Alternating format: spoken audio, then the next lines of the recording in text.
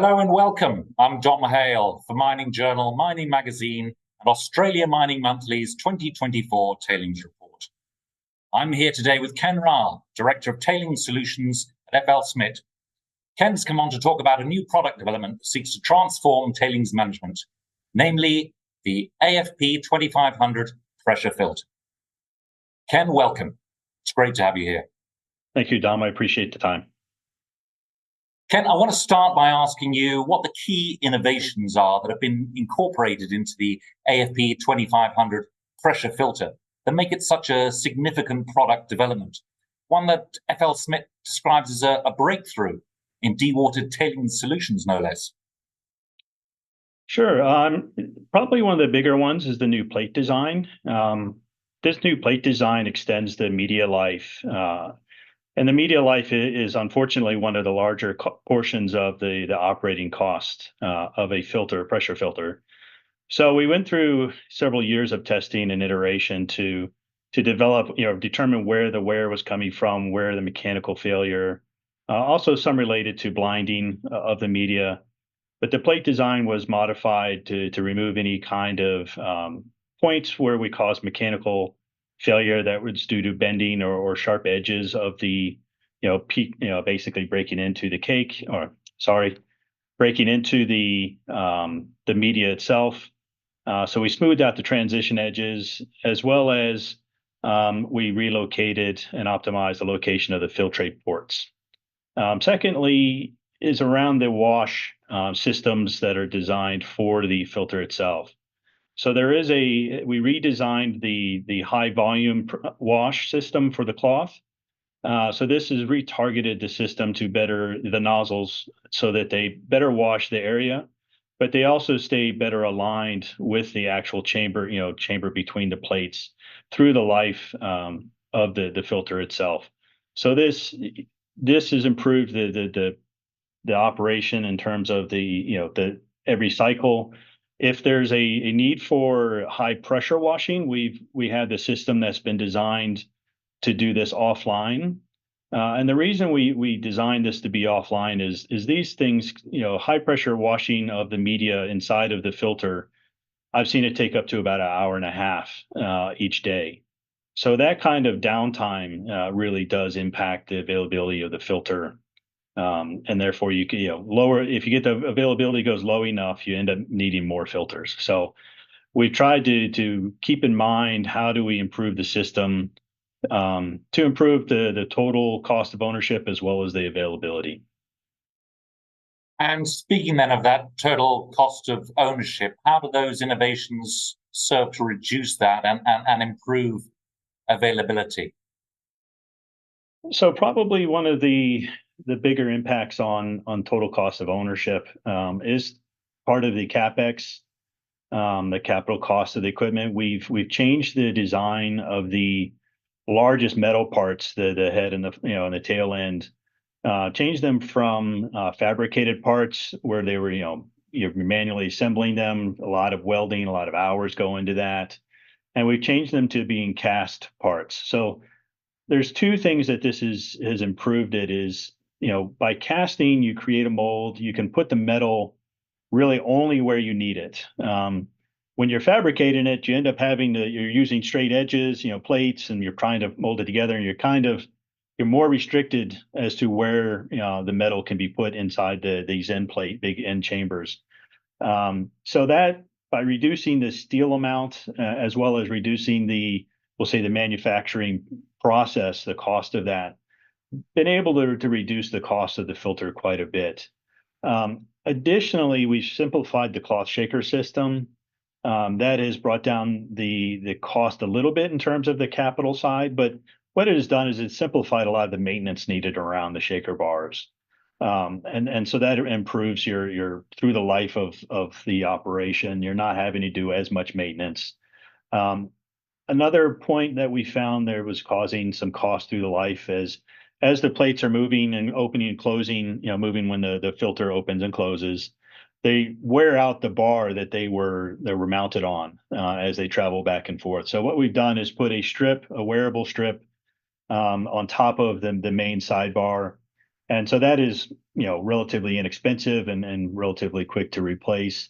So through the life of the filter, that brings down, again, maintenance time and cost associated with having to replace the large sidebars. That's no longer necessary. The biggest impacts on availability really is, as I mentioned, the extension of media life through better plate design and the wash systems. And then by doing the high pressure wash offline for this AFP 2500, which is itself designed specifically for tailings and fast, relatively quick filtration times. There are applications that have very long cycle times, Merrill Crow, some really clay heavy applications, wastewater. These have such long, we're talking hour and a half, 2 hour cycle times, that doing the high pressure wash within the filter, that's feasible on those. And we do have a design of a filter for that. But the purpose of the AFP 2500 really is because it's, the application is tailings and you don't want to spend as little money as possible on what's considered a waste stream. You want this cycle time to be as fast as possible. So that's the purpose of having, the high pressure wash offline for these types of applications where you would be using the AFP 2500. Understood. So the AFP 2500 pressure filter offers up the prospect of easy media changeout, a new cloth shaking mechanism, cast parts, flexible plate designs, longer media life, and more efficient cloth wash systems. There's a lot there for the mining industry to get excited about. But which of these enhancements do you think will be met with the greatest enthusiasm, and why is that? Well, we're obviously excited about all of them. We used feedback from customers to kind of gauge what was, we'll say the problem points for them. And the customers that already have, operating tailings filters, a lot of it came down to the plate and cloth maintenance. So that's where we redesigned those systems, extending the cloth life. That again, it serves as like a dual benefit in terms of you're spending less money on purchasing of the media, but you're also spending less labor hours taking them in and taking them out, cleaning them. The offline high pressure system can be used to rejuvenate the media. So if you're in an application where your primary source of failure is blinding, you take the media out, you rejuvenate it offline while the filter is still running, and then you can put it back in. So we've done research with universities for that. But I do think, based upon the feedback we got from customers that are already using tailings filters, the extension, the redesigns of the systems related to extending that media life will have a significant impact. We've seen mine sites go from 1,500 cycles upwards of 4,500 cycles. So you're talking 3 times, the media life. And again, that reduces significantly your maintenance costs, both capital side of it, as well as the hours related to maintaining the machine.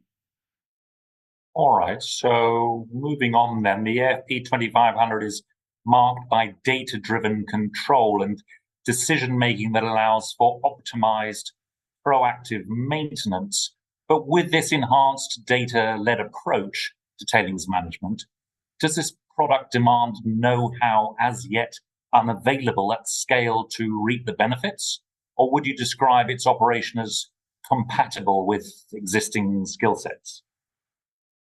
I believe it wouldn't require very little additional training, and then really the additional training is more about a change of way it's done. So we've simplified some of the maintenance, so it should be easier training. But the digital aspects that we've been working on, such as the IntelliPlate that we have that uses a turbidity sensor to detect when mechanical failure of the media happens and you're getting slurry going behind the media, which not only blinds the plate, but also can act as a sandblasting, we'll say, when you're doing the air blow through it and thus damaging the plate. That is in of itself, it's providing additional data. So it's not, there would be a little bit of maintenance, additional training just on that particular sensor. But in terms of the control, your operator in the control room, it's providing additional information that, hey, there's a hole in, the media. And it not only says there's a hole, it tells you which chamber. So you don't have to spend time trying to figure it out with while taking the filter offline. You just walk by, there'll be a red light telling you exactly which one of the chambers has failed or the media needs to be replaced and the plate taken out and cleaned. So that's adding, a beneficial observation or additional data. One of the issues we've had historically with tailings filters and to some lesser degree concentrate filters is knowing what cake moisture you're producing. Most mines, they basically had the operator goes out, they take one sample a shift, send it over to the lab to get a wet weight and dry weight. So they can tell you what the cake, what moisture cake was produced once a shift. The moisture sensor that we've got that we've developed, it'll basically give you a reading every 10 to 30 minutes, depending upon the material you're filtering. So that again, it's providing an additional data point from a control standing.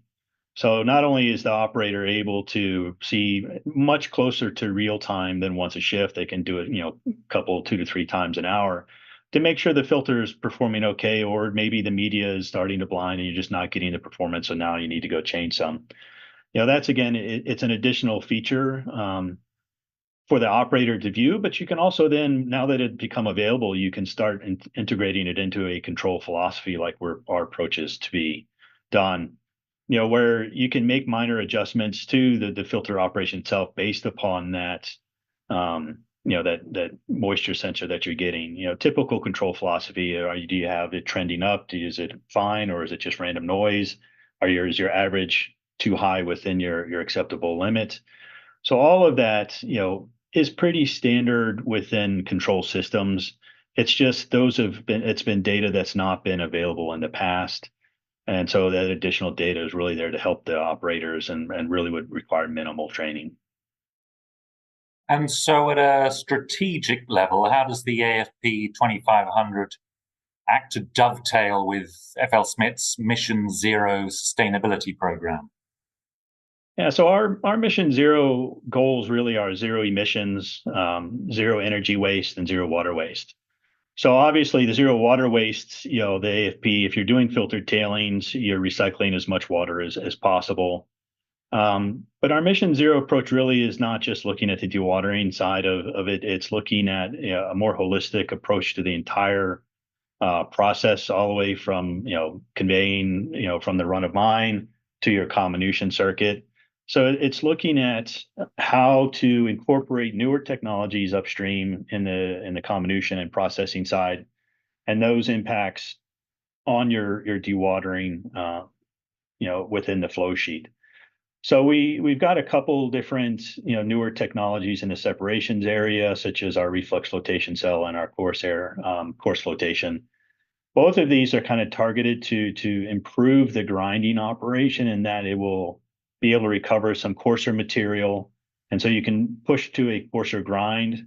Coarser the grind, the better typically your dewatering is performance, which improves both reduces the cost in both your sedimentation and the thickeners, as well as in your filtration plant.